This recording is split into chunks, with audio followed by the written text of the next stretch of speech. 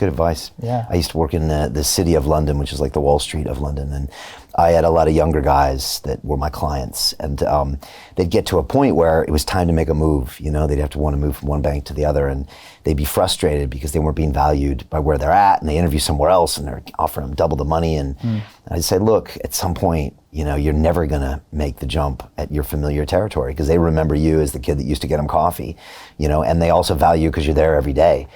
But some people never make the move because they're not willing to take the risk, and they're not willing to go somewhere unfamiliar, and so they stay and they just grind it out. But sometimes you just have to go, and it doesn't say anything about the people, it's just that environment. It's weird, in the UK, you know, we made this movie a year ago called We Will Not Be Silenced that talked about us getting censored in 2020. I submitted it to film festivals all around the world. We won like 25 film festivals. It was crazy, never won one before in my life. 0 in the UK. You know, and it's just interesting, you know, and when I walk around London, people stop me, but when I walk around Dubai, it's like 10x. So there is something about the familiarity and the homegrown nature where people just don't value as much because you're always there or you're this, that thing. So it's a good lesson. But if you're not willing to go into the fire, you're never going to get to the next level. And so you come to Dubai and that gets you on a stage back with Americans like Elon and Dalio and stuff like that. But probably one of the biggest stages in the world. Crazy. Yeah, it's wild, and like I said, it was 3 months of like, I don't know what's going on. Like, are we gonna make it? And then the tide shift, and so I just believe that if you keep being a blessing to others, you'll be blessed, and the uncertainty is where the magic happens, right? If we knew exactly that our business plan was going to be flawless, it would be boring. You'd actually be bored. Like, imagine going, although it'd be great in the beginning, but imagine you went to gamble and you knew you're going to win every time. You wouldn't like it. And so I think there's a lesson in the uncertainty. And if you can move into the uncertainty, you'll welcome more magic into your life. I mean, how many of you remember a moment where a person, a place, an opportunity fell into your lap and you were like, this is crazy. I don't know about you, but I want more magic in my life. And when we try to put the known over the unknown, we block the magic from happening. And so have an intention, have a plan, but surrender to the way that it manifests. That's the magic. Another one of my mentors once said, he said, Brian, success is on the razor's edge of failure. And I always try to remind my students that when you see successes out there, don't for a minute think that this is easy. Whether you're Apple Computer or you're Nick or you're even Tony, everybody is constantly taking risk and reinventing themselves just to stay relevant, just to stay growing.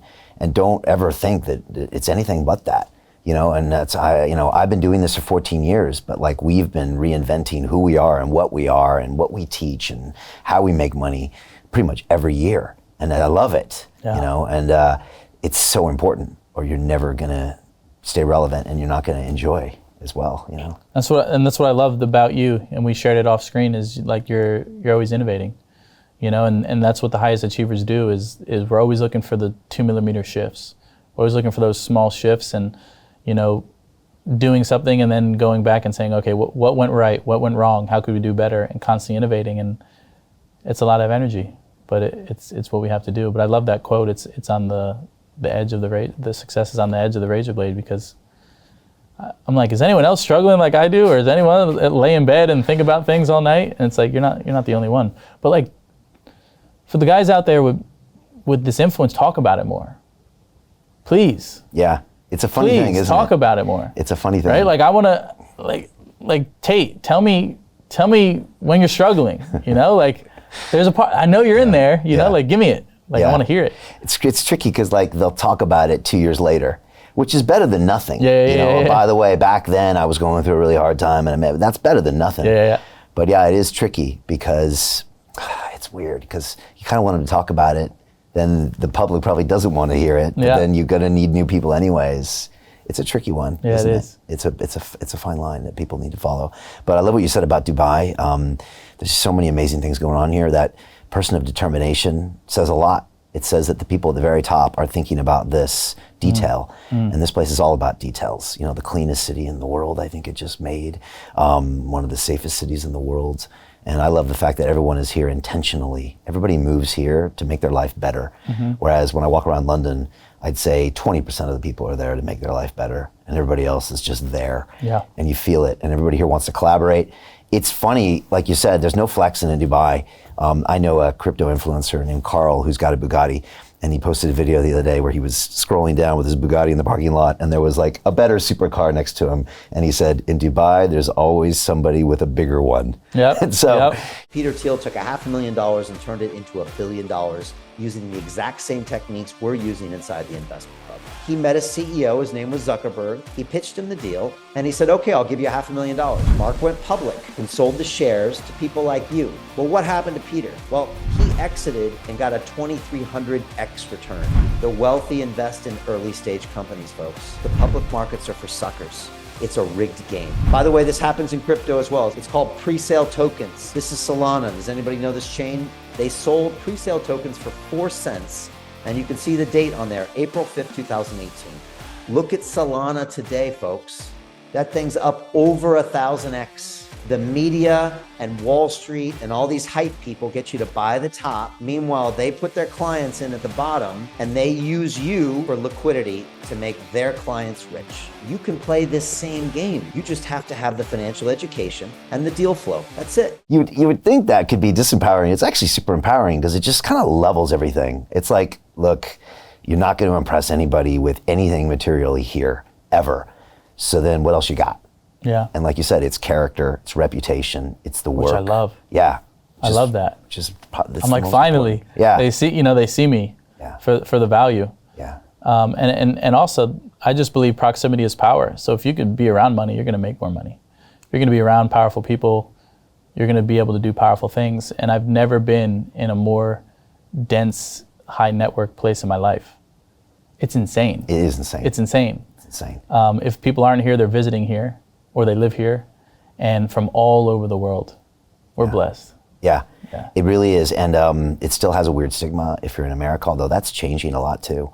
But yeah, it's crazy. I mean, I could go out in London and maybe meet one person that might be helpful as a network and perspective, and then maybe something would happen in a month. I can go out one night here, I could literally meet 10 people, and the next day we're messaging, saying, okay, what can we do? What would you like to do?